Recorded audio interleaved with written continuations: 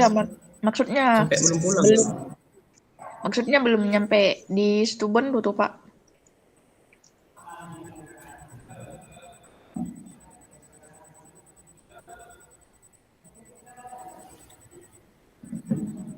Ya sudah, daripada nunggu mereka nanti tambah siang nanti.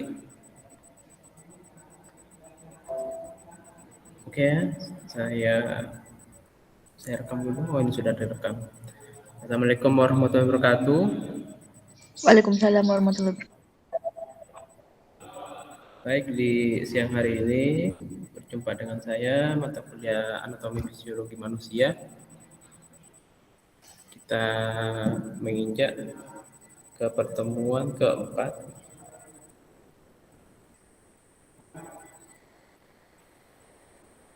Sebentar.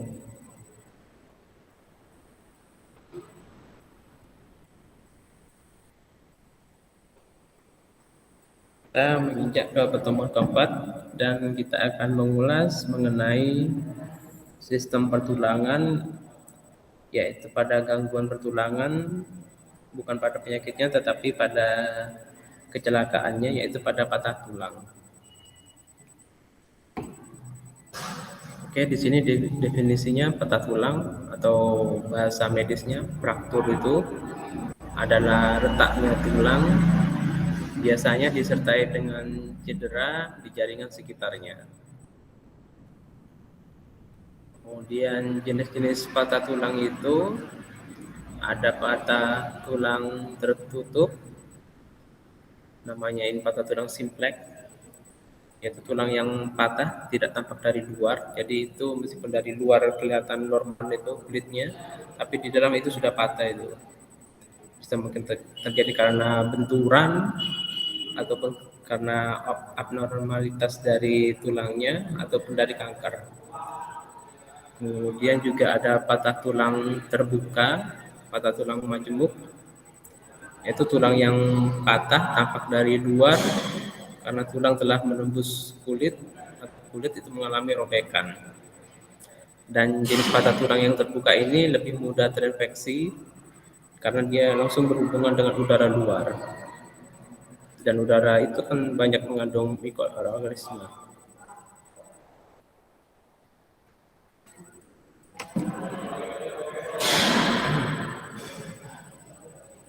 Kemudian yang ketiga ada patah tulang karena tergilas, yaitu tenaga benturan yang sangat hebat menyebabkan beberapa retakan sehingga terjadi beberapa pecahan tulang. Akibatnya jika aliran darah ke bagian tulang yang terkena itu mengalami gangguan, maka penyembuhannya akan berjalan sangat lambat. Ini disebabkan itu aliran darah ke tulang itu selain untuk pertumbuhan juga untuk menyalurkan nutrisi yang diperlukan supaya tulang itu bisa tumbuh atau meregenerasi dari sel-sel tulangnya yang rusak. Jika tidak terjadi semacam aliran darah yang ke tulang kemudian itu terhambat karena retakannya itu, otomatis aliran darah tidak akan muncul itu ke saluran tempat tulang itu yang terkena retakan atau patah tulang. Kemudian ada patah tulang kompresi, yaitu karena penekanan merupakan akibat dari tenaga yang menggerakkan sebuah tulang melawan tulang lainnya atau tenaga yang melawan panjang tulangnya. Ini sering terjadi pada wanita lanjut usia yang tulang belakangnya menjadi rapuh karena osteoporosis. Sudah saya berikan deskripsinya itu, nanti bisa dibaca di bawah deskripsinya itu. Ini biasanya terjadi pada usia lansia. Kemudian ada patah tulang avulsi disebabkan oleh kontraksi otot yang kuat. Ini disebabkan menarik bagian tulang tempat tendon otot tersebut melekat. Paling sering terjadi pada bahu dan lutut, tetapi juga bisa terjadi pada tungkai dan tumit. Ini biasanya terjadi pada atlet-atlet itu. Coba saya baca deskripsinya itu. Nah, di sini sudah ada deskripsinya itu. Pada fraktur avulsi ini terjadi ketika terdapat cedera pada tulang di dekat tempat tulang menempel pada bagian tendon atau ligamen. Nah, faktor atrofi ini biasanya terjadi pada orang yang berolahraga. Jadi kontraksi otot yang kuat karena saking kuatnya otot itu dia akhirnya itu menarik tendon itu bagian otot dan juga itu akan menyebabkan cedera pada tulang. Kemudian ke sini patah tulang patologis ini terjadi jika sebuah tumor biasanya kanker telah tumbuh ke dalam tulang dan menyebabkan tulang menjadi rapuh. Jadi di patah tulang manusia itu selain terjadi karena cedera ataupun kecelakaan, itu juga bisa terjadi karena penyakit ataupun karena abnormalitas dari tulangnya itu atau mengalami kanker. Tulang yang rapuh ini bisa mengalami patah tulang meskipun cedera ringan atau bahkan tanpa cedera sama sekali. Nah, di sini nanti bisa dibaca itu ya di linknya ini jenis-jenis patah tulang. Kemudian ini jenis-jenis frakturnya tadi ada grand stick incomplete pada tangan ini, patah tulang bagian dalam, kemudian incomplete artinya di sini bagian sininya hanya pada bagian tertentu saja. Kemudian transversa, patah tulang secara melintang. Kemudian ada patah tulang simple seperti ini. Kemudian ini juga jenis-jenis patah tulang ada secara oblik atau miring. Kemudian comminuta ini pada bagian sini mungkin dia itu menempel pada bagian tendonnya juga. Kemudian ada spiral seperti ini patah tulangnya. Kemudian ada patah tulang majemuk atau keluar dari kulitnya.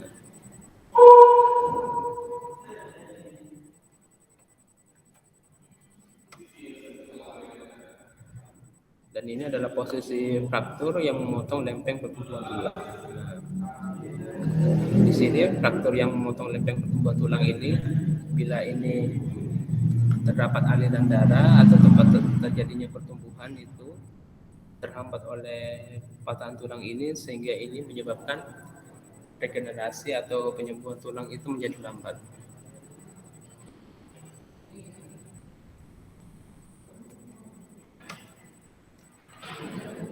Kemudian fiksasi internal, pembedahan untuk menempatkan piringan atau batang logam pada pijak-pijak tulang itu merupakan pengobatan terbaik untuk patah tulang pinggul dan patah tulang yang disertai dengan komplikasi.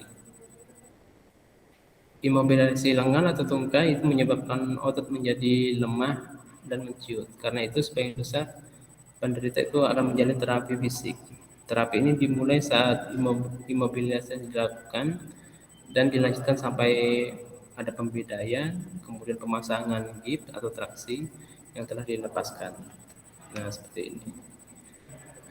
Ini teknik fiksasi eksternal kiri, artinya dia dilakukan di luar ini, di luar kulitnya itu. Kemudian ada teknik fiksasi secara internal di dalam. Untuk yang fiksasi eksternal atau di luar organ ini, di luar kulit itu sekrup dipasang pada tulang yang terletak di atas dan di bawah fraktur. Lalu sebuah alat itu ditempelkan pada sekrup tersebut dari luar kulit dan posisinya itu disesuaikan agar tulang itu kembali tersambung. Kemudian untuk yang fiksasi internal atau dalam, untuk menstabilkan fraktur tulang panjang digunakan suatu lempeng dan sekrup yang dipasang di luar tulang atau suatu batang yang dipasang dalam tulang. Jadi pemasangan gipsnya pada orang yang terkena kecelakaan itu kalau dipasang gips seperti ini, biasanya pada 1 tahun jangka waktu tertentu itu kalau tulangnya sudah normal ini akan diambil kembali. Nah, untuk menstabilkan tulangnya itu dari tulang yang dibantu ini supaya tulangnya itu menjadi kuat, itu akhirnya nanti disuntik suatu suntikan yang namanya kolagen. Nah, kolagen itu fungsinya untuk membuat tulang itu menjadi tidak rapuh.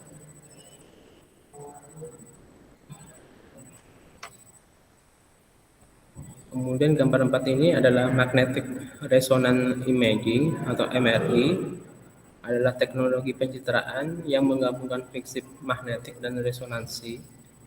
gelombang radio frekuensi untuk menghasilkan gambaran parenkim tubuh manusia. Satu alat MRI ini terdiri dari sistem magnet, alat pemancar radio frekuensi tinggi, kemudian alat penerima radio frekuensi tinggi, kemudian ada bagian komputer, dan tenaga listrik dan sistem pendinginnya. Kemudian fungsinya dari alat ini, nah ini, yang pertama itu pemeriksaan kepala untuk melihat kelainan pada kelenjar pituitari, kelenjar penghasil hormon, kemudian lubang telinga dalam, rongga mata, dan sinus. Yang kedua, pemeriksaan otak untuk mendeteksi stroke, gambaran fungsi otak, pendarahan, infeksi tumor, dan ini kelainan lainnya. Yang ketiga, pemeriksaan tulang belakang untuk melihat proses degenerasi, tumor, infeksi, trauma, dan kelainan bawaan.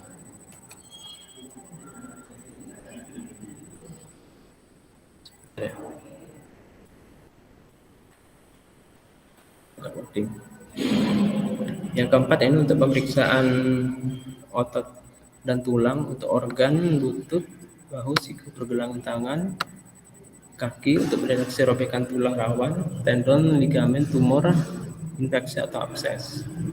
Yang kelima, pemeriksaan abdomen untuk melihat hati, ginjal, jantung dan saluran empedu, pankreas, limfa, organ ginekologis. Ginekologis itu organ kewanitaan pada wanita, dan buli-buli atau kandung kemih. Kemudian pemeriksaan toraks untuk melihat paru-paru dan jantung.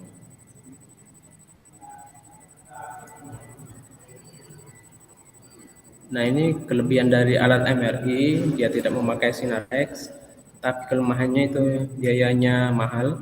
Kemudian kelebihannya detail anatomis organ dalamnya itu sangat baik, terutama pada jaringan yang lunak. Kelemahannya tidak mampu menunjukkan klasifikasi dengan akurat, jadi hanya ditunjukkan saja itu bagian jaringannya yang lunak itu seperti apa, tapi tidak mampu dilihat itu secara klasifikasinya apa. Kalau kita tidak tahu itu organ apa. Kemudian tidak terdapat efek artefak tulang atau efek patah tulang akibat kurangnya sinyal dari tulang. Kelemahannya itu sulit ditoleransi oleh pasien karena pemeriksaannya yang lama dan suara mesin yang gaduh itu dari gelombang radio itu. Kemudian penggunaan kontras intravena lebih jarang dibandingkan CT. Saya tadi sudah nyari ya. Intravena itu artinya obat yang diberikan langsung ke pembuluh darah menggunakan jarum dan tabung. Nah, ini penggunaan suntikan intravena ini sering digunakan karena dapat memberikan dosis obat yang besar dan cepat. Kemudian kelemahannya, citranya itu kurang baik pada lapangan paru-paru. Kelebihan lainnya, potongan yang dihasilkan dapat 3 dimensi dan dapat membuat lebih dari 8 potongan sekaligus dalam satu waktu. Kemudian kelemahannya, pasien yang mengandung metal atau besi dalam tubuhnya itu tidak dapat diperiksa terutama alat pacu jantung. Sedangkan pasien dengan pemasangan ini, alat besi wear dan stent maupun pen itu pada fraktur itu boleh diperiksa. Wear dan stent ini biasanya dipasang pada penderita jantung koroner. Ini dipasang pada bagian pembuluh darah yang mengalami penyempitan karena banyaknya kolesterol yang menumpuk. Akhirnya diberikan ini supaya terjadi aliran darah yang lancar.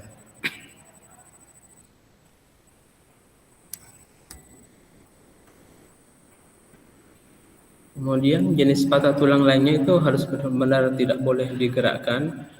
Imobilisasi ini bisa dilakukan melalui yang pertama pembidaian benda keras yang ditempelkan di daerah sekeliling tulang seperti tadi gambarnya. Kemudian pemasangan gips merupakan bahan kuat yang dibungkuskan di sekitar tulang yang patah. Kemudian dengan penarikan traksi menggunakan beban untuk menahan sebuah anggota gerak pada tempatnya, tetapi sekarang sudah jarang digunakan. Ini dulu pernah menjadi pengobatan utama untuk patah tulang pinggul. Jadi supaya tulang pada pinggul itu tidak ke bawah, itu akhirnya tulangnya itu diangkat ke atas, itu ditarik supaya tetap melekat itu. Kemudian imobilisasi lengan atau tungkai itu menyebabkan otot menjadi lemah dan menciut. Dan sebagian besar penderita itu perlu menjalani terapi fisik. Terapi itu dimulai pada saat imobilisasi dilakukan dan dilanjutkan sampai pembidayaan, gips atau traksi telah dilepaskan. Pada patah tulang tertentu, terutama patah tulang pinggul, untuk mencapai penyembuhan total, terapi fisiknya ini selama 6 sampai 8 minggu atau kadang lebih lama. Nah, ini di sini ada gambar ya, fungsi kolagen dan letak kolagen pada lapisan kulit. Ada bagian fibroblast, ada keratinosit, ada matrik elastin dan kolagen. Kemudian ada epidermis, jaringan luar. Kemudian setelah jaringan epidermis ada bagian dermis. Nah, tanpa kolagen, tulang itu akan menjadi rapuh dan mudah pecah. Itu fungsi dari kolagen, supaya tulang itu menjadi kuat. Kemudian sebaliknya, bila tanpa kalsium, tulang akan kenyal seperti karet. Jadi sama, kalsium juga itu untuk menguatkan tulang.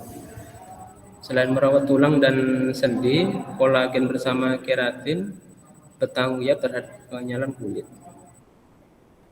Kandungan kolagen tubuh itu berkurang sejalan dengan penuaan, antara kurang asupan protein. Nah, pada usia-usia lansia itu, jadi kalau misalnya dia kolagennya kurang, misalnya dari asupan nutrisi susu atau lainnya itu kurang, dia akan mengalami ini, osteoporosis atau pengerobosan tulang. Karena tulangnya itu sudah menyusut. Dan biasanya itu meskipun tanpa nutrisi juga, pada usia lansia itu kan mungkin akan timbul banyak penyakit, sehingga akan dikurangi itu asupan nutrisinya supaya tidak terjadi timbulnya penyakit misalnya hipertensi atau lainnya. Nah, kurangnya asupan nutrisi itu juga akan menyebabkan berkurangnya kolagen yang masuk ke tubuh seperti itu.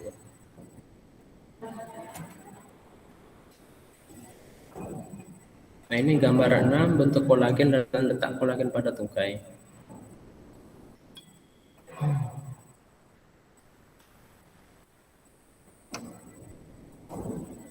Kemudian pengobatan sebagai upaya, ada yang masuk?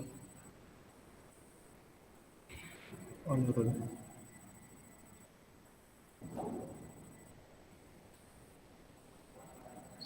Saya foto lagi ya. Kayaknya ada yang masuk nurun tadi.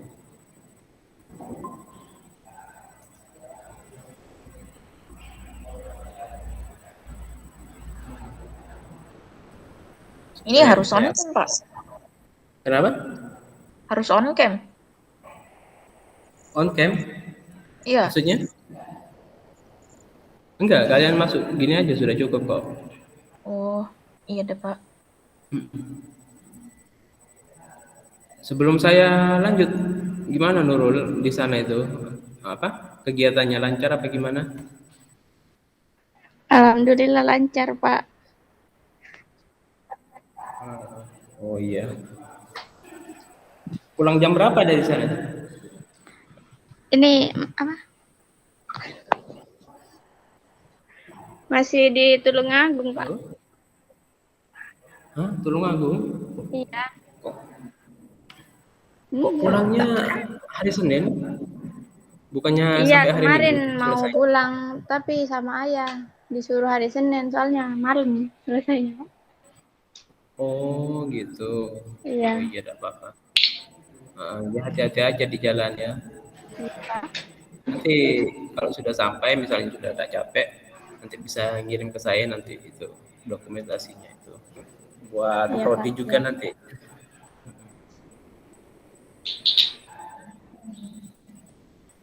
Nanti dikirim ya baik itu video ataupun foto dari sana gitu. Tadi saya lihat Iya. statusnya, kok sebentar itu di status WA-nya gitu. Oh, iya. Iya, banyak berarti ya yang ikut ya. Iya, Pak, lumayan. Ya, untuk Nurul nanti ya, nanti bisa di dilihat dari ini nanti, dari video pembelajaran. Saya lanjut aja sekarang. Iya, Pak.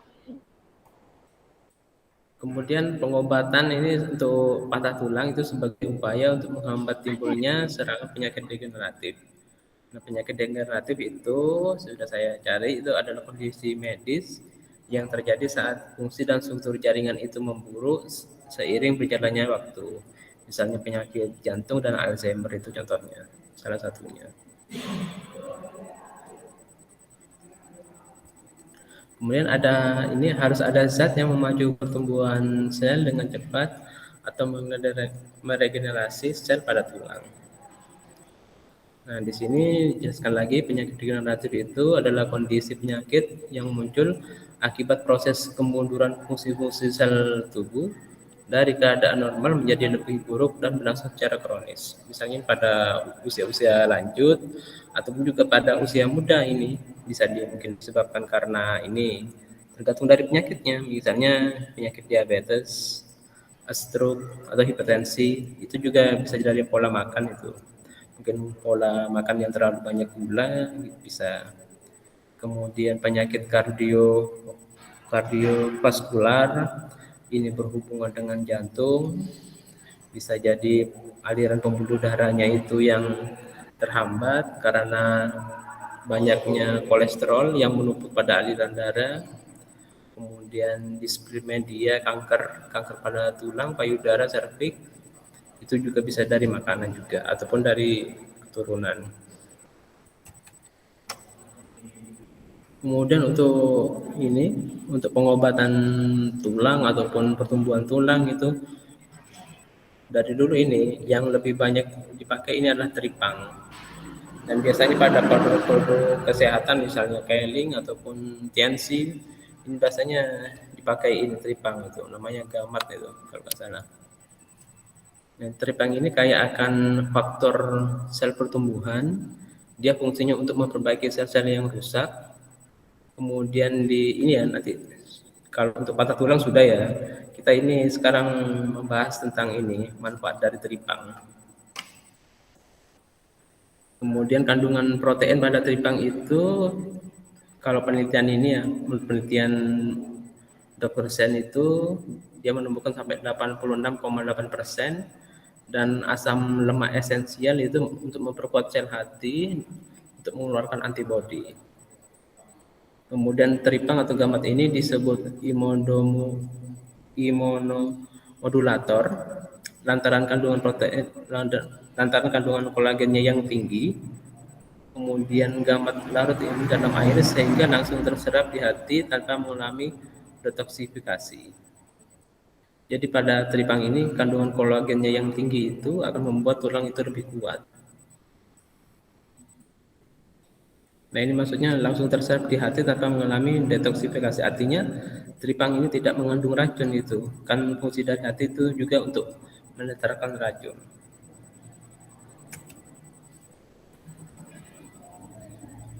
Tripang yang pada umumnya ini berasal dari spesies Stichopus variegatus, merupakan spesies terpilih dari 1.400 spesies tripang yang ada di dunia. Nah, ini bisa dilihat di gambar kandungan asam aminonya itu lebih tinggi dari asam amino yang ada pada ikan laut dan telur.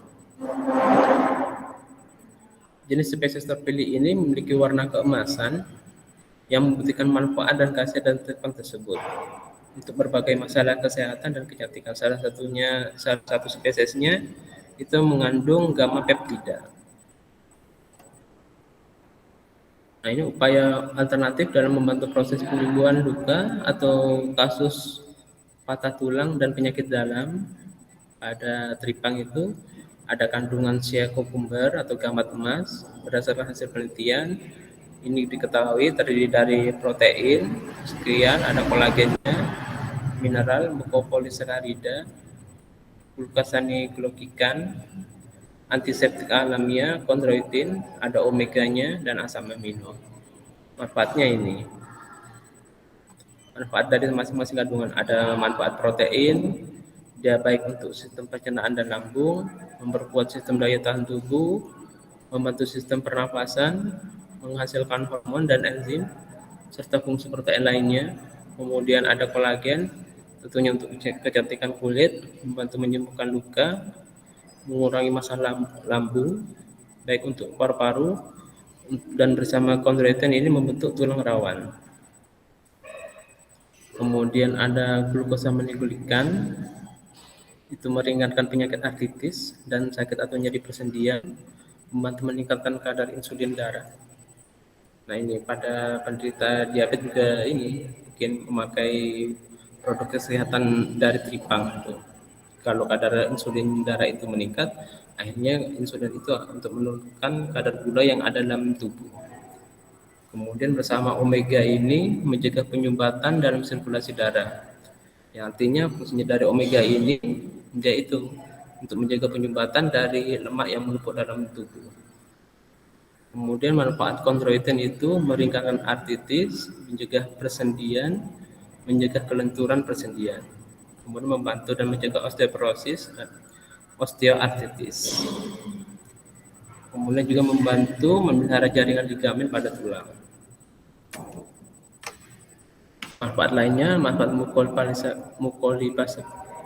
mukopolisakarida, membantu atau melancarkan sirkulasi darah, memelihara sistem jantung, menghilangkan rasa sakit, ini disebut zat penenang sakit alamiah atau antibius alamiah, membantu menurunkan inflamasi atau peradangan dan mempercepat proses penyembuhan luka, membantu wasalah wasir, menurunkan dan menstabilkan hipertensi. Pak Ibnu, Ya, katanya adik Valen mau join, tapi kenapa? adik Valen mau join. Join? Iya. Iya, monggo masuk. Bisa.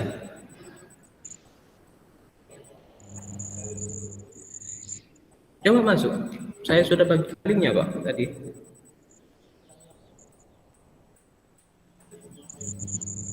Coba. Mungkin masih coba lagi, Pak. Oh gitu. Ya tidak apa-apa, ayo. Saya tunggu.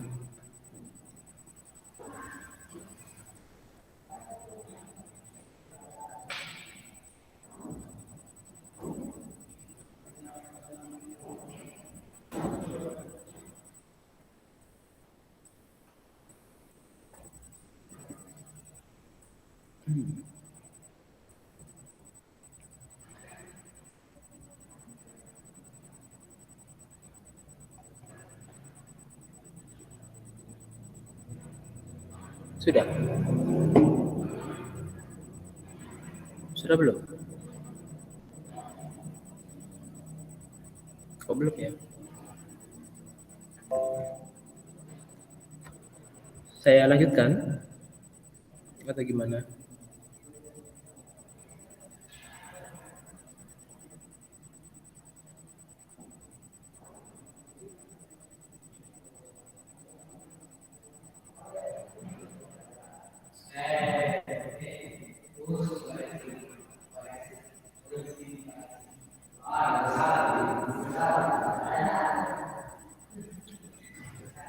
Saya manfaatkan ya, lanjutkan saja. Oke, di slide ke-29 ada manfaat omega 3 dan 6. Fungsinya itu untuk membantu meningkatkan pembakaran energi dan metabolisme sel. Yang kedua itu untuk menjaga sistem pengaturan impuls saraf dan memelihara tekanan darah. Ketiga itu menurunkan kekentalan darah. Jadi darah yang kental itu akan dicairkan kembali menjadi aliran darah yang lancar sehingga mengurangi resiko serangan jantung. Kemudian yang keempat ini menurunkan kolesterol LDL, itu low density lipid, artinya ini lipid yang jahat. Kemudian menurunkan trigliserida. Trigliserida ini asam lemak yang pada tubuh. Biasanya ini pada cek gula darah, ini bisa juga ada bagian trigliserida, ini untuk kolesterol, kemudian diabetes dan lainnya. Dan manfaat terakhir yang ada menaikkan HDL, artinya ini lemak yang jenuh atau lemak yang baik ini. Kemudian manfaat mineral ada potasium, fosfor, kromium, magnesium, kalsium, besi, dan sodium. Fungsinya untuk mengaturkan keseimbangan enzim bersama protein, membentuk keseimbangan hormon dan sistem kelenjar, menghasilkan sel darah merah, mencegah anemia darah, membantu toleransi gula darah. Artinya ini untuk penyimbangan gula darah juga. Bersama GAGS ini glikosaminoglikan itu membantu mengatasi toleransi gula darah juga. Kemudian ada manfaat asam amino. Terdapat 18 macam asam amino termasuk 9 macam asam amino esensial. Kandungan asam aminonya ini lebih tinggi dari asam amino yang terdapat pada ikan laut, air metro. Tadi sudah ada ya di gambar. Kemudian untuk membentuk sel-sel baru, memperbaiki jaringan, membentuk antibodi atau daya tahan tubuh, dan menyelaraskan enzim dan hormon. Kemudian di teripang juga itu ada vitamin B. Ada vitamin B1 sebagai bagian dari enzim, membantu fungsi sel saraf, diperlukan untuk produksi energi di dalam otak. Vitamin B2 diperlukan untuk metabolisme energi dan membentuk jaringan. Dan vitamin B3 diperlukan untuk metabolisme energi, pencernaan dan sistem saraf. Kemudian sebagai antiseptik yang alami, untuk ini zat untuk mencegah bakteri, jamur, infeksi, dan anti tumor. Biasanya pada ini yang kalau kalian mengalami itu mungkin semacam kalau untuk mengangkat suatu benda kemudian tangan kalian terselio itu biasanya pada dokter itu diberi vitamin B1 itu. Jadi ini semacam vitamin yang supaya itu supaya tulang itu dari keselio itu akhirnya itu zat-zat yang membuat keselio itu diuraikan kembali dan membuat tulang itu berfungsi dan normal. Biasanya juga ini kalau tidak salah ya vitamin B ini mungkin vitamin B bagian B1-nya itu kalau kalian mengalami mungkin pegal ini pada bagian punggung itu juga fungsinya dari ini juga. Dan juga kenapa harus banyak minum air supaya itu vitamin yang mungkin ada dihasilkan oleh tubuh ini juga bisa berfungsi itu supaya untuk mendadarkan dari asam laktan dalam tubuh supaya tubuh itu bisa bergerak dengan lancar.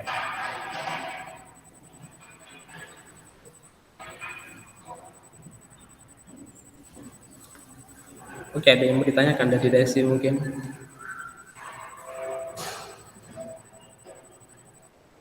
Iya Pak, mau tanya. Tadi itu yang di penjelasan awal tentang tulang simplex. Nah, Pak Ibnu itu kan menjelaskan salah satunya karena kanker. Untuk mendeteksi patut simplex karena kanker itu biasanya menggunakan apa Pak? Alat atau teknik apa? Yaitu pakai alat ini MRI biasanya. Oh, Siapa masuk?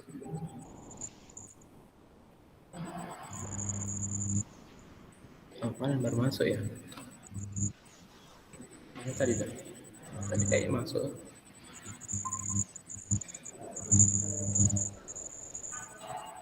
Saya foto lagi.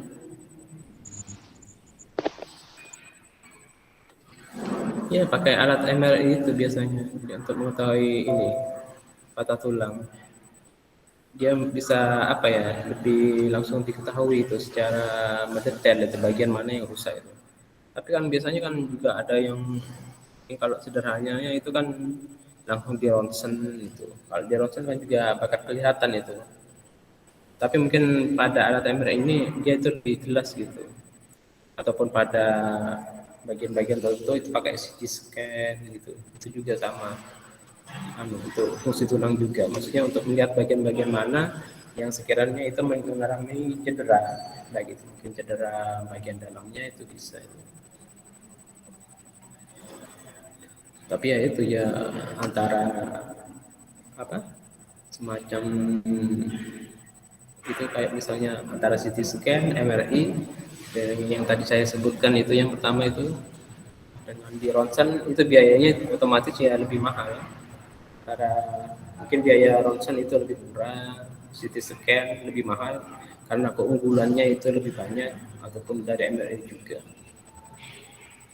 Tapi yang lebih banyak digunakan itu misalnya di rumah sakit itu misalnya dia pakai ronsen atau CT scan gitu karena waktunya juga lebih efisien daripada MRI.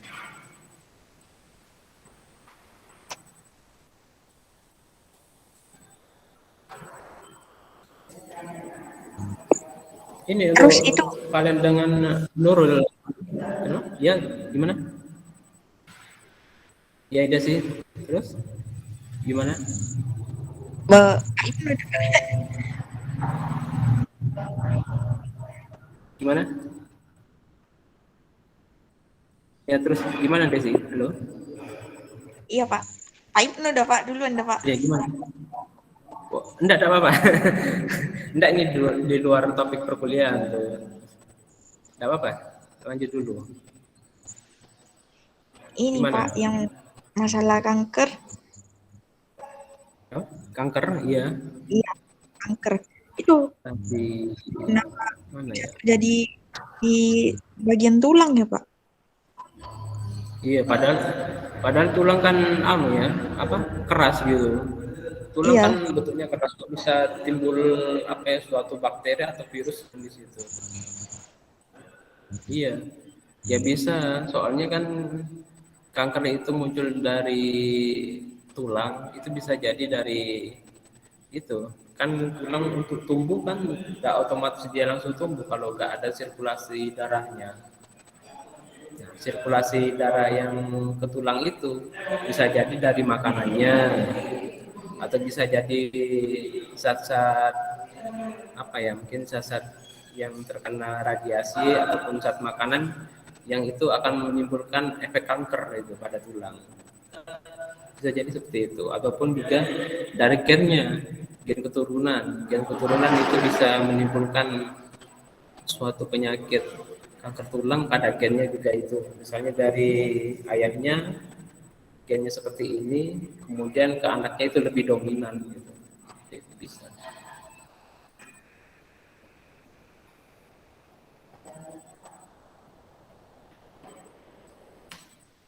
Ya, seperti itu sih dari menurut saya sih dari aliran darah nggak mungkin tulang yang kuat terus dihinggapi suatu virus langsung dia itu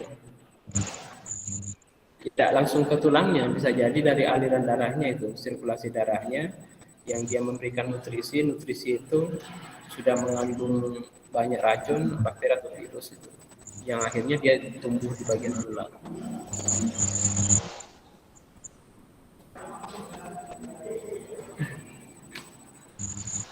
terus itu lagi Pak, yang tadi yang patah tulang kompresi. Nah, itu di penjelasannya terjadi pada wanita usia lanjut. Apa itu hanya terjadi pada wanita, Pak? Tidak pada laki-laki.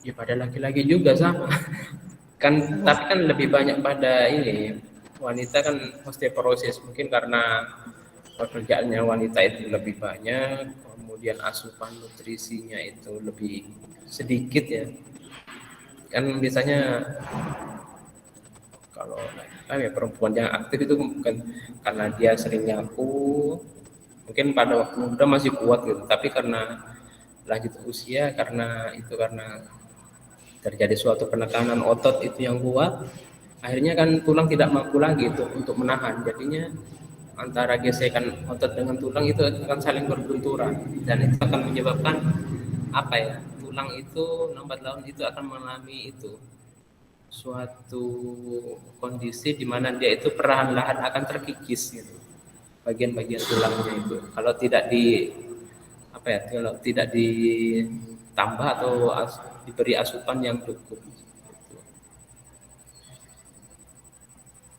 Dan asupan tulang juga mungkin dari susu dari makanan juga bisa itu untuk menjaga kekuatan tulang kalau dari usia muda seperti itu kan tapi kan meskipun pada wanita ya pada laki-laki juga bisa itu misalnya dia sudah dari muda ataupun masa pertengahan dia punya penyakit misalnya penyakit hipertensi akhirnya dia mengurangi jenis pantangan makanan dari proteinnya yang tinggi akhirnya asupan proteinnya itu kurang juga jumlah kolagen untuk menguatkan kolagen ataupun kalsium untuk menguatkan tulangnya juga kurang, dan aktivitasnya itu padat, dari ototnya itu terjadi gesekan perlahan-lahan, dan itu akan menyebabkan itu bagian-bagian tulangnya yang kuat itu akan perlahan menjadi rapuh. Ya banyak sih pada usia tua itu biasanya kan lebih banyak terjadi ini osteoporosis itu. Jadi pada usia tua itu fungsi penurunan sel itu banyak, misalnya terjadi pada tulang atau pada organ lainnya gitu. Tidak sekuat di waktu muda karena itu terjadi reproduksi selnya itu juga sudah berhenti atau sudah tidak memproduksi lagi.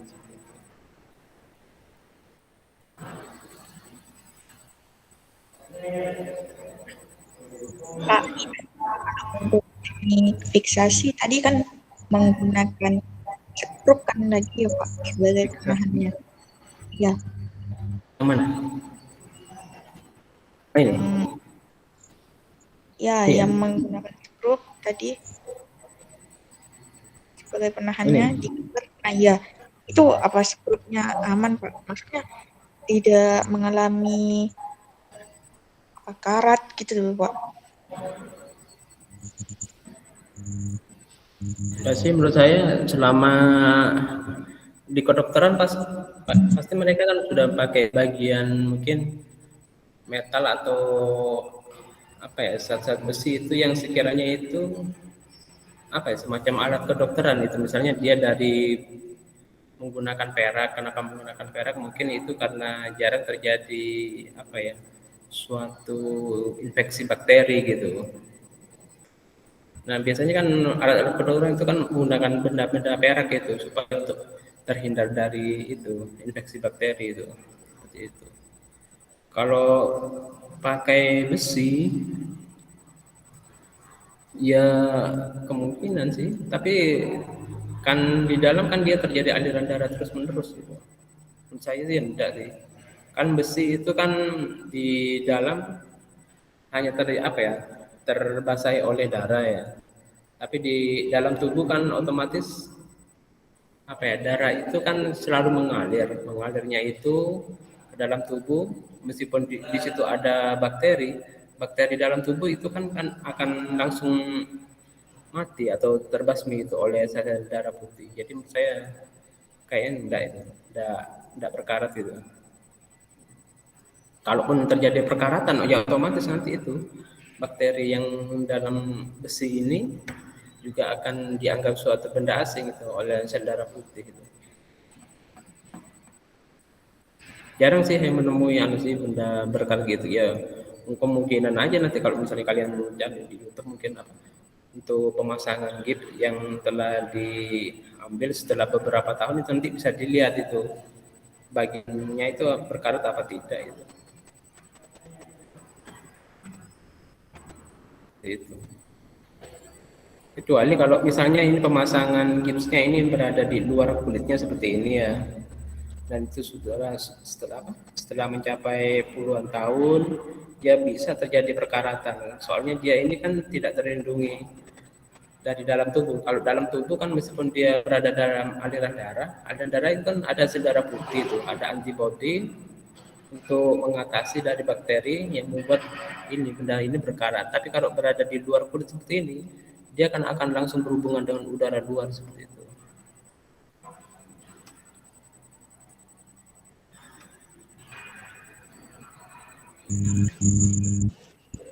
Ada yang lagi Pak. Ya. Ada lagi masih Pak. Ya. Kan tadi itu kelemahan di MRI itu kurang baik pada lapangan paru-paru. Nah itu kenapa Pak? Nah ya itu. Ya mungkin citranya itu yang dihasilkan pada paru-paru itu apa ya? Tidak sebagus ini mungkin CT scan-nya itu. Jadi gambaran citra yang dihasilkan itu mungkin kurang jelas gitu. Menurut saya sih. Kan misalnya misalnya pakai ronsen kemudian dengan MRI ya. Hasil fotonya itu, hasil foto yang di print itu dicetak, dia itu lebih bagus, itu lebih jelas itu daripada menggunakan MRI.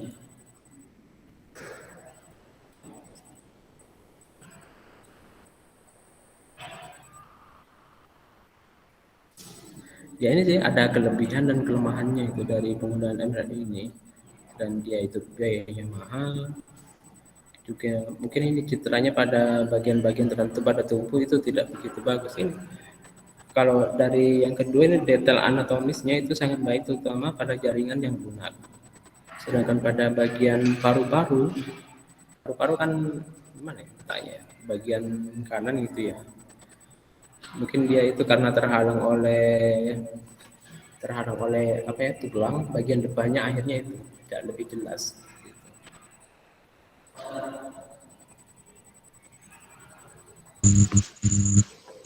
Ini Pak, pertanyaan terakhir deh Pak. Iya. Di bagian beberapa teknik itu Pak, tadi kan ada teknik penarikan. Nah, itu di zaman dahulu sering digunakan, tapi sekarang itu sudah jarang. Nah, teknik penarikan itu apa ada efek? Efeknya itu tadi membuat, nah ini imobilisasi tungkai itu menyebabkan otot menjadi lemah dan menciut gitu. Artinya itu nanti misalnya apa ya, lemak pada bagian pinggul itu lebih banyak karena akhirnya dengan pemasangan alat itu mungkin entah itu pemasangan alatnya itu dari luar supaya diikatkan dengan tulang, kan akhirnya itu kan antara bagian alat dengan bagian otot daging itu kan ditarik ke atas itu kan. Nah akhirnya karena semakin ditarik ke atas itu, ini lama kelamaan itu akan menyebabkan itu bagian antara batas antara tulang dengan daging itu akan lebih mendekat lagi itu, karena semakin tertarik ke atas. Itu kenapa seperti itu? Karena aliran darah yang harusnya itu lancar ke bagian otot itu kan menjadi terhambat itu, seperti itu. Jadinya bagian otot yang ditarik ke atas dengan tulang itu, ya akhirnya itu semakin menciut.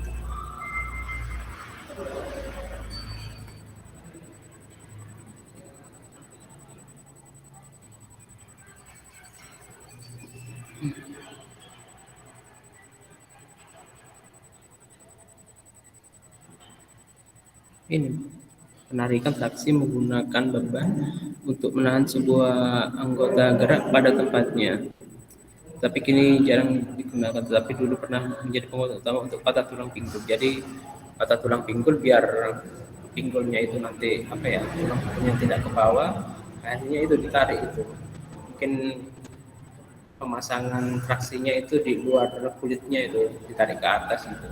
Jadi antara tulang yang patah itu dengan bagian yang patah bagian atas itu disambungkan kembali gitu. Nah, sehingga nanti aliran darah itu langsung ke bagian yang patah itu dan akan meregenerasi tulangnya. Tapi dampaknya itu pada bagian ototnya itu, otot kulitnya yang di bawah itu ditarik, akhirnya itu aliran darah yang ke otot itu tidak akan lancar, sehingga menyebabkan otot itu lama kelamaan itu akan lebih apa ya, lebih lemah dari otot lain itu.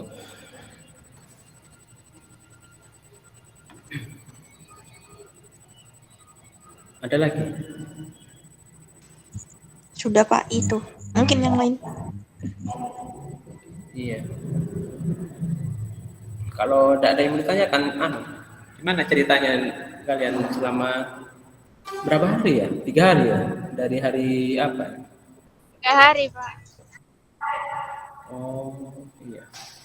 Apa saja kegiatannya di sana? Bisa diceritakan gitu. Emang ini Desi tidak ikut? Hari pertama seminar. Seminar apa? Tentang etnobotani, tanaman obat itu.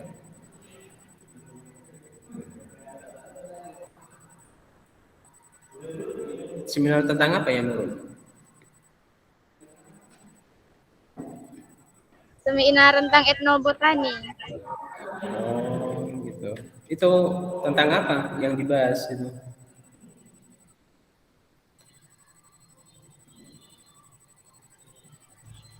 Tentang manfaat tumbuhan. Oh, manfaat tumbuhannya. Itu anta, maksudnya apa, pengolahannya secara tradisional atau modern, gimana itu? Pengolahan Atau secara tradisional Pak. oh, anta tanaman ini maksudnya tanaman toga kan, tanaman obat-obatan itu yang dimanfaatkan dari dulu. Mungkin sejarahnya tanaman obat gitu ya.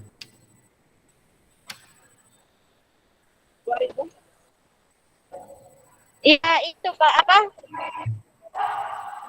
Yang dibahas kemarin itu tentang tanaman pisang, obat-obatan, terus apa lagi?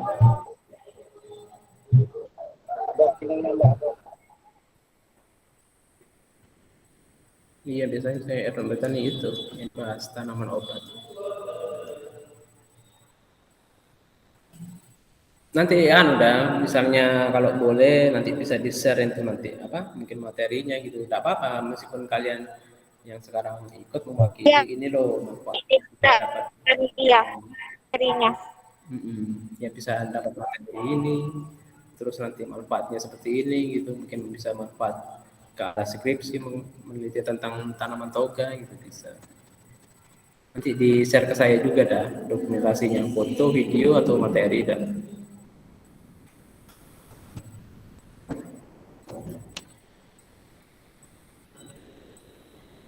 Oke ya, kalau tidak ada yang ditanyakan, terus ya terima kasih juga sudah mengikuti kegiatan Ika Hindi atau kegiatan yang berada di luar kampus. Kalau ada kegiatan apa, nanti juga bisa beritahu saya, nanti saya ajukan kalau misalnya kebetulan. Terima kasih. Assalamualaikum warahmatullahi wabarakatuh.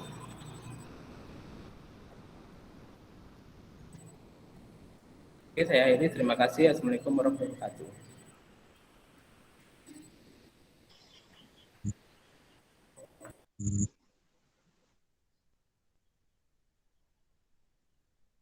Adik masih ada di mana?